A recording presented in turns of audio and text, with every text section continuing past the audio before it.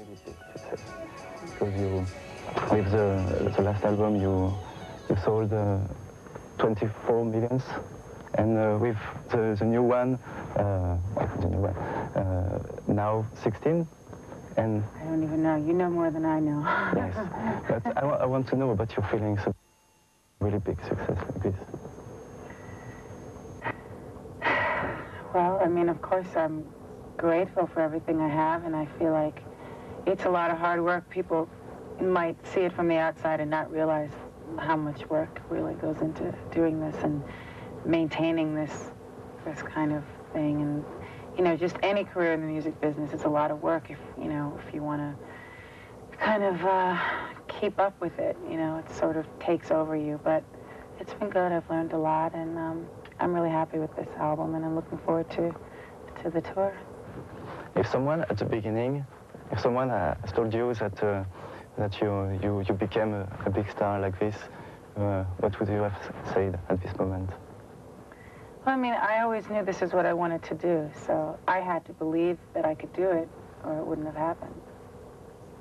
So you're not surprised by this success? Well, of course, in the beginning, it happened so quickly, and I mean, you know, everything just all at once sort of started rolling, and so, you know, you're kind of like caught up in a whirlwind when that sort of thing happens. But I mean, for my whole life, I've really been waiting to have a career in music and do this because it's what I love, and people on the outside look at it like it happened so quickly, you know, for me, because I was right out of high school and I started, you know, I got my record deal and I made my album and I haven't stopped since, you know, so, but I've been working up to this since I was a little kid and waiting to do it, so. Well, how come your strength for music? Because I think you have really a lot of strength to know that you can be a star like this. But how come this strength? Well, I mean, I started singing when I started talking. It was like a simultaneous thing. I've loved music since I can remember. My mother was an opera singer, and she was with New York City Opera when I was a little girl, and she used to be in the house rehearsing, and so I knew that my mother did it as a professional singer, so it wasn't such a far-fetched goal as it would be for other people who didn't know anybody like that or know musicians. My mother also used to sing jazz, and she always had different jazz musicians that were her age at the house, and I would sing with them, you know, when I was like 10 years old or something.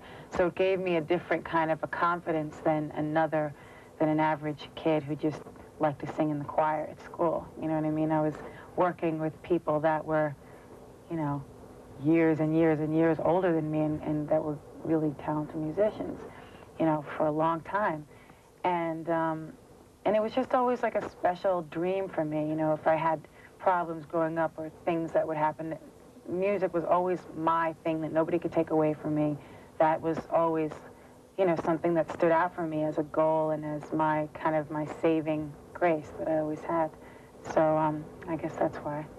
Yes, and about your influences, do you think that when you say I was listening to this kind of guys, of bands, do you think that now, for those who are still living, do you think that they can be proud of you with your success? I don't know. I hope so.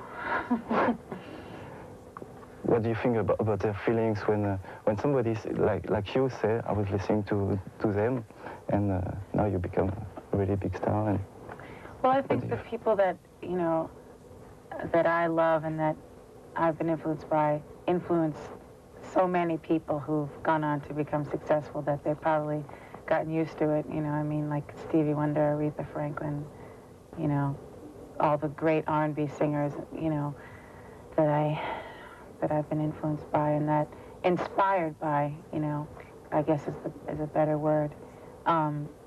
And so they're probably used to it by now. So could you say that the American dream still exists? It can definitely. It can happen. Yes. Yeah. Mm-hmm. You have a good example? I guess so. I don't know. We were talking about now your album, Daydream. I want to know, because you are really involved in this album, Right. More and more involved. You wrote the lyrics, you almost all the music, and you almost take the camera for the video clip, and it's a normal evolution for you. I guess so. I mean, I think because I started out with my first album, I had a demo which had basically more than half the songs that ended up on my first album. And so I kind of set a precedent that I would be writing, you know, more and more. I mean, I've co-written everything up until this point, you know, except the remakes or things like that.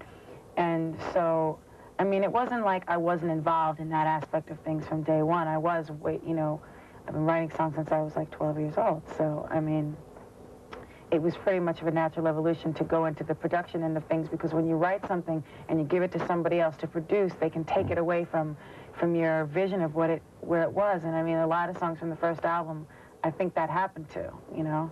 Things kind of got lost in the transition, sort of. And so I've tried to prevent that from happening. And even like after that, when I would collaborate, let's say with Walter or someone, and he would do it in his studio, and then we would talk about it, he would do it, and then I would sing and do the background vocals and, you know, give criticisms. It's not the same as being there and doing it from the first thing. You know, you have to do it from scratch, you know, the entire track with the person, or it's not going to be what you want. So it's a learning process. Yes, I think what you say, you can, you agree? Do you agree? You can see it on the song When I Saw You, because you almost don't stop to you don't stop to sing during all the song. And in the middle you say, when I saw you I could not breathe. Yeah. But does it mean that it's really your album, because this song is really, it's typical of the album? No. I don't know. That's interesting. Not many people talk about that song, but that's not my favorite song from the album. Which one? I like a song called Underneath the Stars. It's the second song. That's my favorite song from the album. Just on the level of production-wise and lyrically. It's just a song that I'm really proud of overall. But, you know, of course, One Sweet Day with Boyz II Men, that's a favorite of mine because of the collaboration. And I don't know, I just feel as a whole the album is closer to where I want to be. And just the, you know, the remixes that I've, you know, had a lot of fun doing for this project and collaborating with people. You know, it's been a lot different than things I've done in the past, and it's been a lot of fun for me, you know. And I've had to kind of, you know, force my way into being able to do this, but it's all good, whatever. Yes. And about the remixes of the song Fantasy, there's a lot of who have been released, but does it mean that a song is never finished? So everybody can give their own feelings to a song? Well, as far as if there's a person that's a great remixer, you know, and like the David Morales, for example, you know, I love working with him and doing new versions of songs, remaking my own songs. It's like a process of redoing it. A lot of people just give the person the tracks and with the vocals, and he redoes the music and flies in the vocals, and it can work that way.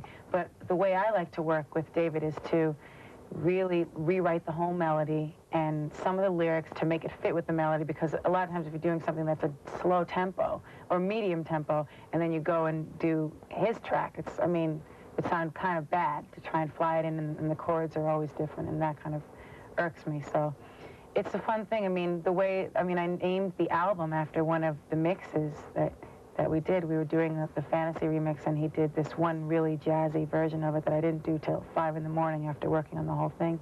And I just sort of started scatting, and it had this very ethereal feeling. And I started singing the Daydream is all that I can do thing, and I hadn't had a title for the album, and I just thought that it fit because it was just sort of like a very moody, dreamy kind of vibe. Mariah Carey was born on March 22nd, 1970, to parents Patricia and Alfred. Her mother and father divorced when Mariah was 3 years old, and she was later quoted as saying, "Everybody wishes they had a Brady Bunch family, but it's not reality." to finish with the album, if you have to choose one album of you, which one? The first because it was the first, or the last because it's the last? I would choose the last, and I would choose certain songs from other albums and take off, you know, one or two. Okay. To be honest. I would like to speak about your person, about your social life, in fact. But I read in a magazine that you give money to children to go on holidays, and it's a social part of yourself. But do you think it's important to be, when you are an artist, to be social like this? I mean, it's important for me to try and contribute something to people's lives if I possibly can, you know what I mean? And I don't feel like it's that much of an effort to work with people like the kids in the Fresh Air Fund, because, I mean, it seems to me the least I can do, and it doesn't take a lot to go and spend time with them and to kind of work on different projects to sort of enhance their summer. What it is, it's an organization. They take underprivileged kids from the inner cities and they bring them up to different camps, and there's this one camp that is now called Camp Moriah. They named it Camp Moriah because we did a fundraiser and we raised a lot of money for the camp, you know, to keep it going. And so it's been a really rewarding experience for me because, I mean, to show the kids that there's a chance for them, you know. I didn't start this like, you know, some, you know, princess or rich person or something. I mean, I started out basically like them, you know, in the sense that I didn't have a lot, and, you know, but I had determination, I had a goal, and I had belief in myself. And if some of the kids don't have parents who tell them that, like I have a mother who always taught me that, but some of the kids don't, you know, and it's good to be able to kind of help them feel empowered in that way. Yes. Do you think that all the artists must have the same way of mind? That's not my place to say. No. But about I mean, a comportment of some kind of artists who are really unable to make this kind of things. What do you think? I mean, I think it's all about the individual, and I can only speak for myself in saying that I enjoy doing it, and, you know, I'll continue to do it. Yes. Do you have any other projects? Well, right now I'm just getting ready for the tour, and I'm looking forward to coming to France. Yes. So let's talk about the tour. Okay. Yes. You were in Japan, I think, and you really there was really a big crowd. It was a very large crowd. Yes. Yeah. I've heard more than 50,000 people each night. Something like that. Yes. Yeah. And I think you did better than the Rolling Stone. I don't know. So what are your feelings now after Japan? Well, after Japan, I mean, I felt sort of let down because I wanted to keep going and keep working. But the thing is, I always have to be very protective of my voice because that's the main reason that people come to see me. And, you know, it's very strenuous singing these songs, you know, one after another, even just one show, you know. But I just wanted to kind of continue. And every time I did these interviews, people would always say, when are you touring? When are you touring? And so I just wanted to kind of start it off now and come there.